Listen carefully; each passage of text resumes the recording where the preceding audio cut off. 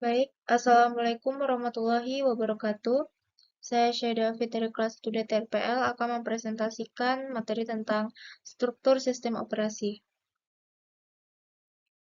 Pada kali ini saya akan membahas tentang komponen-komponen sistem. Pada komponen sistem ini akan membahas tentang komponen sistem operasi modern. Yang pertama ada manajemen proses, manajemen memori utama, manajemen secondary storage, manajemen sistem I/O, dan juga manajemen berkas. Kita akan membahasnya satu persatu. Yang pertama ada manajemen proses. Proses adalah keadaan ketika sebuah program sedang dieksekusi. Proses membutuhkan beberapa sumber daya berupa CPU time, memori, berkas-berkas, dan perangkat-perangkat I/O untuk menyelesaikan tugasnya. Pada manajemen proses ini, dia juga bertanggung jawab atas pembuatan dan penghapusan proses penggunaan sistem proses, menunda atau melanjutkan proses, menyediakan mekanisme untuk proses sinkronisasi, menyediakan mekanisme untuk proses komunikasi, dan juga menyediakan mekanisme untuk penanganan deadlock. Yang kedua, manajemen memori utama. Memori utama adalah sebuah array yang besar terdiri dari word atau byte yang ukurannya mencapai ratusan, ribuan, atau bahkan jutaan. Memori utama berfungsi sebagai tempat penyimpanan yang akses datanya digunakan oleh CPU atau perangkat I/O. Manajemen memori utama juga bertanggung jawab atas menjaga track memori yang sedang digunakan dan siapa yang menggunakannya, memilih program yang akan di-load ke memori, dan mengalokasikan dan mendealokasikan ruang memori sesuai kebutuhan. Selanjutnya, manajemen secondary storage. Data yang disimpan dalam memori utama bersifat sementara dan jumlahnya sangat kecil. Oleh karena itu, untuk menyimpan keseluruhan data dan program komputer dibutuhkan secondary storage ini, yang bersifat permanen dan mampu menampung banyak data. Ada juga contoh dari secondary storage ini yaitu hard disk, disket, dan lain-lain. Manajemen secondary storage ini juga bertanggung jawab atas free space management, alokasi penyimpanan, dan juga penjadwalan disk. Yang keempat ada manajemen sistem I/O. Sering disebut device manager, menyediakan device driver yang umum, yaitu operasi I/O seragam atau membuka, membaca, menulis, menutup. Contohnya, pengguna menggunakan operasi yang sama untuk membaca berkas pada hard disk, CD-ROM, dan floppy disk. Dan juga menyediakan driver untuk dapat melakukan operasi rinci untuk perangkat keras I/O tertentu. Ada juga komponen sistem operasi untuk sistem I/O. Yang pertama buffer, yaitu menampung sementara data dari ke perangkat I/O.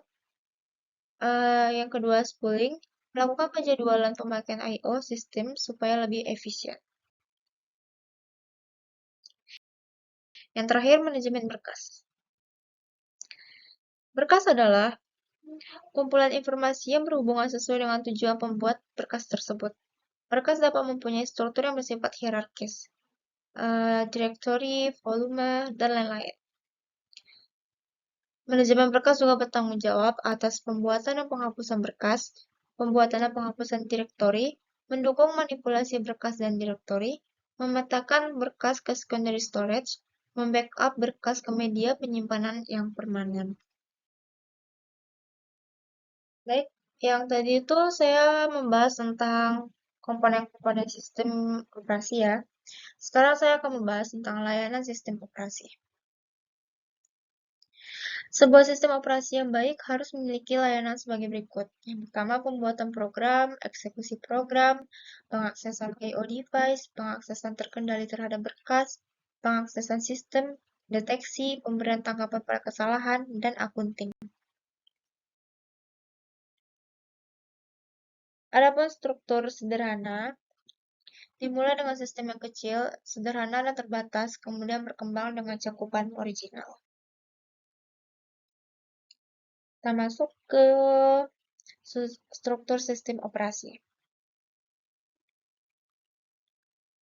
Yang pertama, struktur sistem operasi itu ada dua. Yang pertama struktur sistem MS-DOS dan juga struktur sistem Unix. Yang pertama itu kita akan bahas struktur sistem MS-DOS. Ada sejumlah sistem komersial yang tidak memiliki struktur yang cukup baik. Sistem operasi tersebut sangat kecil, sederhana, dan memiliki banyak keterbatasan. Salah satu contoh sistem tersebut adalah MS-DOS. MS-DOS dirancang oleh orang-orang yang tidak memikirkan akan kepopuleran software tersebut. Sistem operasi tersebut terbatas pada perangkat keras sehingga tidak terbagi menjadi modul-modul. Yang kedua ada struktur sistem Unix. Sistem operasi Unix atau original Unix juga terbatas pada fungsi perangkat keras dan struktur yang terbatas. Unix hanya terdiri atas dua bagian, yaitu kernel dan program sistem. Karena berada di bawah tingkat antarmuka sistem call dan di atas perangkat lunak secara fisik. Kernel ini berisi sistem file, penjadwalan CPU, manajemen memori, dan fungsi sistem operasi lainnya yang ada pada sistem call berupa sejumlah fungsi yang besar pada satu level.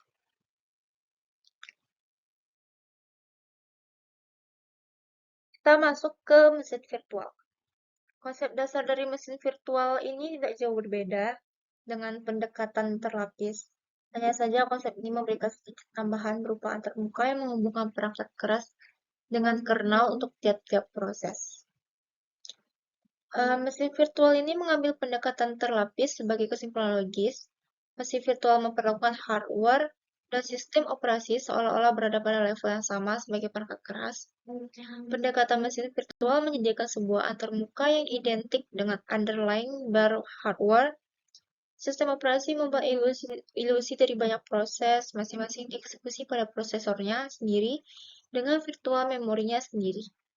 Dan VM dibuat dengan pembagian sumber daya oleh komputer fisik. Ada juga keuntungan dan kerugian konsep mesin virtual ini. Yang pertama, konsep mesin virtual menyediakan proteksi yang lengkap untuk sumber daya sistem sehingga masing-masing mesin virtual dipisahkan mesin virtual yang lain. Isolasi ini tidak memperbolehkan pembagian sumber daya secara langsung. Yang kedua, sistem mesin virtual adalah mesin yang sempurna untuk riset dan pengembangan sistem operasi. Pengembangan sistem dikerjakan pada mesin virtual, termasuk di dalamnya mesin fisik dan tidak mengganggu operasi sistem yang normal. Yang terakhir, konsep mesin virtual sangat sulit untuk mengimplementasikan kebutuhan dan duplikasi yang tepat pada mesin yang sebenarnya. Baik, mungkin hanya itu yang dapat saya sampaikan. Terlebih dan kurang, saya mohon maaf. Wabillahi taufiq wal hidayah. Assalamualaikum warahmatullahi wabarakatuh.